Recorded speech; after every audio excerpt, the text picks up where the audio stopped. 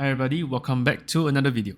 In this video, we will cover CICT's and Capitaland India Trust to see on their performances.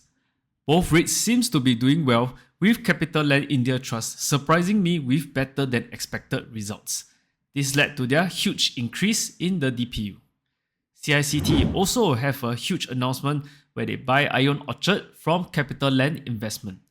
So we will take a look to see if this purchase is good for CICT shareholders or not. Let us go on to the recent results of Capitaland Integrated Commercial Trust. CICT is a REIT that focuses on retail, offices, and hotels.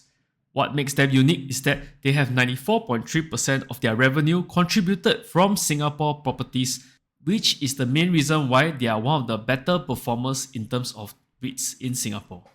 Although they have 2.3% and 3.4% of overseas contribution from assets in Germany and Australia respectively, they are essentially office properties. As you know, overseas commercial assets are not doing well. But for CICT, it might not be a big concern as long as their Singapore properties continue to do well. Later in the analysis, I will talk about the huge purchase in the Ion Orchard Mall in Singapore. This will further increase the proportion of the Singapore properties assets, and it will definitely be beneficial to shareholders. For REITs, there are always a few important metrics to look at. First is the revenue, followed by the operating expenses, distributable income, and finance costs. These four factors are what determines the bulk of the REIT's performances. So let us go and take a look at their results. For CICT, revenue came in higher at 2.2% year-over-year, and the very impressive information is that it came from higher rental reversions and even excluded one of their assets.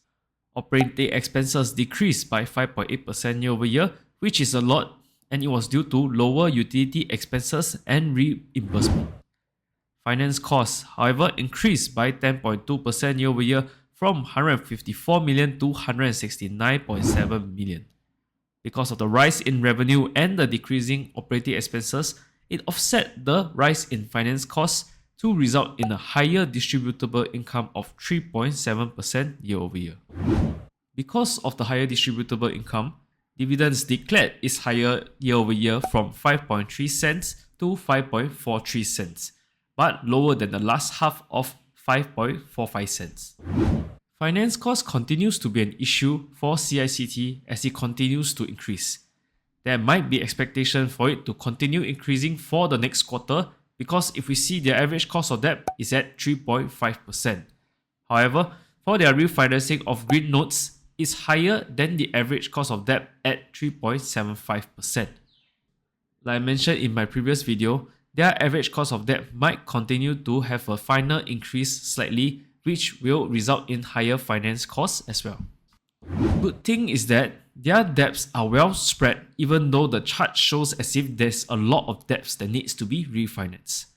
With the Fed most probably cutting rates this year September onwards, their refinancing for the subsequent debts might come in lower than 3.5%. This will be very good news for CICT and we might expect to see their finance costs stabilize or start decreasing.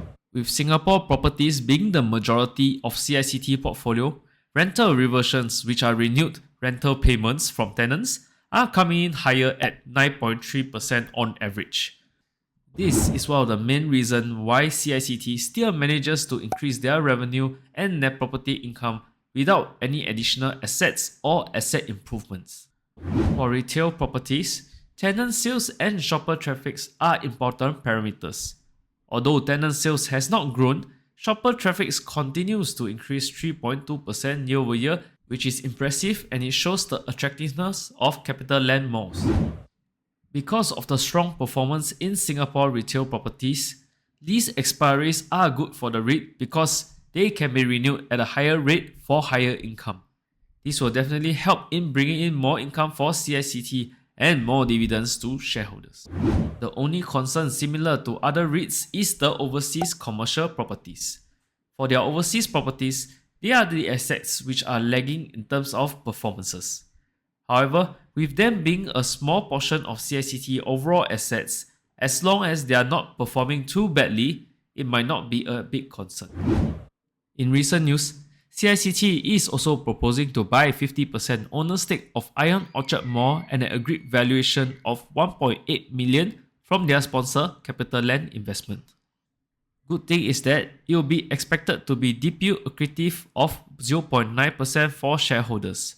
Therefore, dividends is expected to increase from 5.43 cents to 5.48 cents.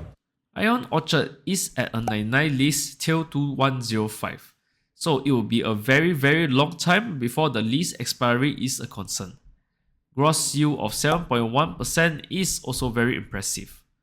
With Ion Orchard being such a prime mall in a prime location, this mall is potentially one of the best performers in Singapore. Moreover, CICT is expecting tourism in Singapore to continue improving. If that is true, Ion Orchard being a tourist attractive place to visit will definitely benefit greatly from it. With this change, CICT assets in Singapore will increase from 93.7% to 94.2%. Like I always mentioned during my analysis, Singapore properties are unique and always in demand. Therefore, having more Singapore properties is always welcome for the REIT. Because of this large purchase, share dilution will have to happen because REITs needs to raise cash from the open market. They have done 350 million of private placement, which are for private investors, while retail investors will be given the opportunities to buy more shares at a discounted price for the remaining 757 million. So as an investor, do look out for the letter for the option to buy the additional shares. Overall, this is good news and potential growth for CICT. Even though the mall is purchased without any discount from their sponsor, it's still a good mall with potential growth. At the current share price, its market cap is at about 14.28 billion with property valuations of 24.5 billion. With semi-annual dividends given, it's at a dividend yield price around 5.1%. With interest rates starting to come down, lots of REITs will be expected to have their dividends declared to increase. So the REITs that you buy now at the current yield might increase in the near future. I feel that CICT will definitely be expected to continue performing well with their attractive assets. Now let us go on to the next REIT, and that is Capitaland India Trust. Capitaland India Trust is a REIT that fully focuses on India market. They have majority of the assets in IT Park at 86%, while logistic and industrial at 8% and data centers at 6%. In my previous analysis video, my concern was that India rupee currency weakening and commercial properties focus will be a problem for CIT. But in this first half result, surprisingly they gave amazing result with 10% increase in NPI while 18% increase in DPU over the 6 months comparison. So if we see the results, property income came in higher from both higher rentals and additional assets contribution. This led to a higher distributable income and DPU at 18%. This meant that their property expenses and finance costs did not increase as much as the increase in revenue, therefore allowing more distributable income and more DPU. On top of that, they are still keeping 10% of their income, which is good because this amount will be used for their potential growth. The management seems to be making the right move with growth pipelines being placed down the road by the management. This will definitely help the REIT to bring in more income in the future. Moreover, their focus on continuing to expand their data centers will be something to look forward to. Data centers are now in demand due to AI revolution, and companies such as Mapletree Industrial Trust and Capitaland DC REIT will definitely benefit from this as well.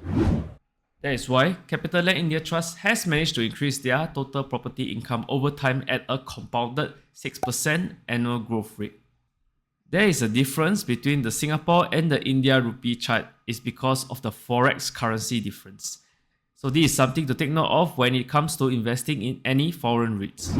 This chart shows the impact of foreign currency. When investing in a highly concentrated overseas REIT, foreign currency strength can never be underestimated. Since their listing, currency strength of rupee has dropped 58%. Based on historical trend, the dividend seems to be very volatile. In this high interest rate environment, it's not surprising that their DPU has been drastically hit. For foreign REITs, not only do the interest rate pulls down the dividend, the foreign currency also dragged its dividend, which can be seen from the large drop in the recent quarters. Debt-wise, their cost of debt actually came down from the last quarter to 6.2% from 6.3%. Gearing ratio increased from 37% to 38.1%. As interest rate comes down, Capitaland India Trust might benefit from it because their cost of debt is already at such a high level. This is good because the worst might be over in terms of finance costs, as it should not go up any higher. For REITs who still have very low cost of debt and potentially lots of cheap debts to renew, then they will have the risk of having a much higher finance cost. At the current share price, its market cap is about 1.52 billion with property valuation of 2.951 billion. With semi-annual dividends given, its dividend yield is about 6%. In conclusion, both REITs are doing well, with each having their own good management of their revenue and expenses. This led to higher dividends for shareholders, and I expect them to continue doing well as interest rate starts coming down. Thank you so much for watching. If you like the analysis, please support the channel by hitting the like, subscribe, and comment on your thoughts of Capitaland Reits. You can also watch my other analysis videos here. Thank you, and I'll see you in the next video.